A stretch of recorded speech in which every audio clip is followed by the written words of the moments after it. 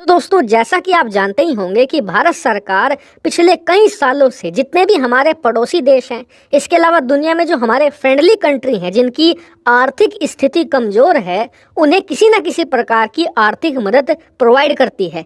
इस साल का जो बजट पेश हुआ है उसमें भी हमने कई देशों को आर्थिक मदद दी है और इस वीडियो में हम बात करने वाले हैं वो टॉप 10 कंट्रीज़ जिन्हें हमने सबसे ज़्यादा पैसा दिया है, यानी कि आर्थिक मदद करी है। और मैं ये वीडियो इसीलिए बना रहा हूँ क्योंकि ये जानना आपके लिए बहुत ज़रूरी है कि आपने जो टैक्स के रूप में पैसा दिया है वो कहाँ कहाँ खर्च हो रहा है, क्योंकि टैक्स आप सभी लोग देते हो। भले ही इनकम टैक्स आप ना देते हो, लेकिन अगर आप एक किसान हो या एक मजदूर हो फिर भी आप टैक्स दे रहे हो, क्योंकि अगर आप एक बिस्किट का पैकेट खरीदते हो, टॉफ़ी भी खरीदते हो, तो उस पर भी आपको टैक्स देना पड़ता है। इसीलिए ये पैसा आप लोगों का ही है। इसीलिए ये जानने का आपको पूरा हक है कि आपने जो अपनी हार्ड अर्न मनी यानी कि मेहनत की जो कमाई सरकार को दी है, सरकार उसे किस देश को दे रही है, क्या वो देश उस पैसे को पाना डिजर्व करता भी है या फिर नहीं। तो इसी के साथ चलिए नंबर 10 से शुरुआत करते हैं। तो नंबर 10 पर आता है मंगोलिया, जिसे भारत सरकार ने 5 करोड़ रुपए की आर्थिक मदद दी है इस साल के बजट में। काफ़ी कम मदद है मेरे हिसाब से। मंगोलिया एक बहुत गरीब देश है, हमेशा भारत के साथ अच्छा बर्ताव करता है, इसे थोड़ी ज़्यादा मदद दी जा सकती थी। तो खैर इसी के साथ आगे बढ़ते हैं नंबर 9 पर। नंबर 9 पर आता है हिंद महासागर का एक देश सेशल्स, और जैसा कि आप स्क्रीन पर देख सकते हो ये एक द्वीपीय देश है और इसे हमने दी है करीबन 9 करोड़ 90 लाख रुपए की मदद। और आपको बता दूं कि मेरे हिसाब से ये बहुत ही कम है, क्योंकि भारत चाहता है कि हमें सेशल्स में एक सैन्य बेस मिले और उसके लिए ज़रूरी ये था कि हम उन्हें और मदद दें, अपने इन्फ्लुएंस में और ज़्यादा लेकर आएँ। खैर आने वाले समय में ये धनराशि बढ़ाई जा सकती है।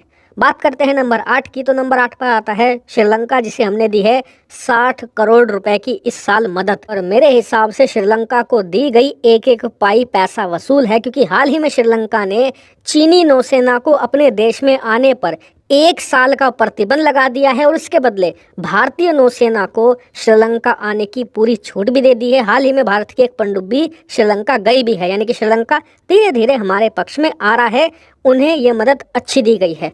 बात करते हैं बांग्लादेश की, वो 7वें नंबर पर आता है, उसे हमने दी है 130 करोड़ की मदद। और मेरे हिसाब से ये भी एक अच्छी मदद की गई है, क्योंकि बांग्लादेश ने पिछले अगर आप 10 सालों का ही रिकॉर्ड उठाकर देख लें तो हमेशा भारत का साथ दिया है हर इंटरनेशनल मुद्दे पर, और अभी भी जो वहाँ की सरकार है वो भारत के पक्ष वाली है, तो यानी कि ये भी ठीक डील है। बात करें नंबर 6 पर तो आता है अफगानिस्तान, 220 करोड़ रुपए की मानवीय सहायता हमने उन्हें भी दी है।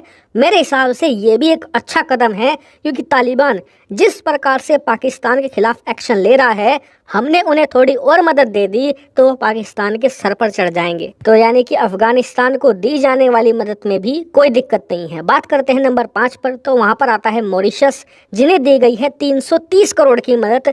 मेरे हिसाब से ये भी एक ठीक ठाक मदद है, क्योंकि मॉरिशस का हमारे साथ लंबे समय से साथ रहा है और मॉरिशस में जो बहुसंख्यक आबादी है वो भारतीय मूल की है। ज़्यादातर बिहार के हमारे लोग गए हैं और वहाँ के जितने भी राजनेता हैं वो सब भारतीय मूल के हैं, हमेशा भारत का साथ देते आए हैं। उन्हें जो हमने मदद दी है ये हमारा फर्ज है।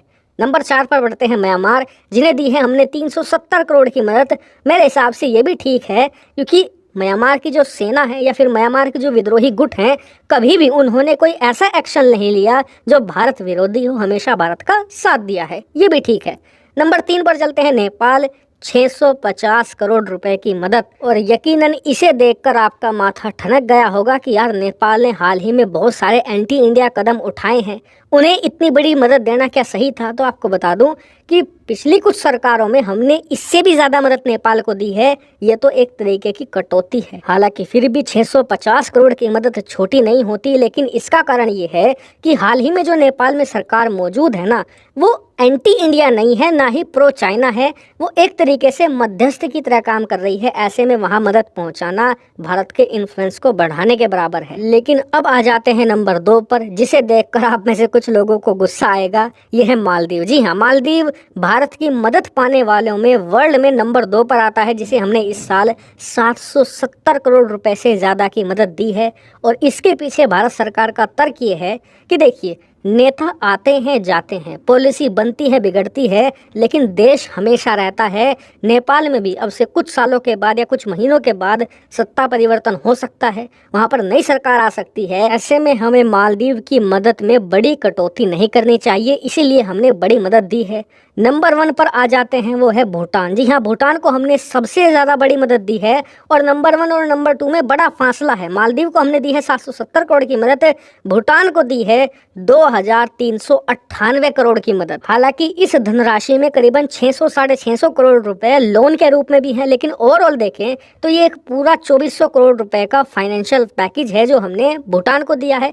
और इसके पीछे कोई तर्क की जरूरत नहीं है, क्योंकि भूटान हमेशा से इंडिया का एलाई रहा है। यहाँ तक कि बहुत से देशों के साथ तो भूटान के कोई संबंध भी नहीं है, भारत ही उन्हें मैनेज करता है। इसके अलावा भूटान की सिक्योरिटी भारत मैनेज करता है पूरी तरीके से, उनकी सुरक्षा भी हम ही करते हैं। इसलिए भूटान हमेशा से ही नंबर 1 रहा है। बस टॉप 10 में एक बड़ा चेंज यही हुआ है कि नेपाल जो नंबर 2 हुआ करता था वो 3 पर खिसक गया है, मालदीव नंबर 2 पर आ गया है। हालांकि मैंने आपको सारी लिस्ट बता दी है। अब आप मुझे कमेंट करके बता दीजिए कि किसकी फंडिंग से आप खुश हैं और किसकी फंडिंग से नहीं। जेन्युइन ओपिनियन दीजिएगा। फिलहाल इस वीडियो में इतना ही। Thank you very much for watching.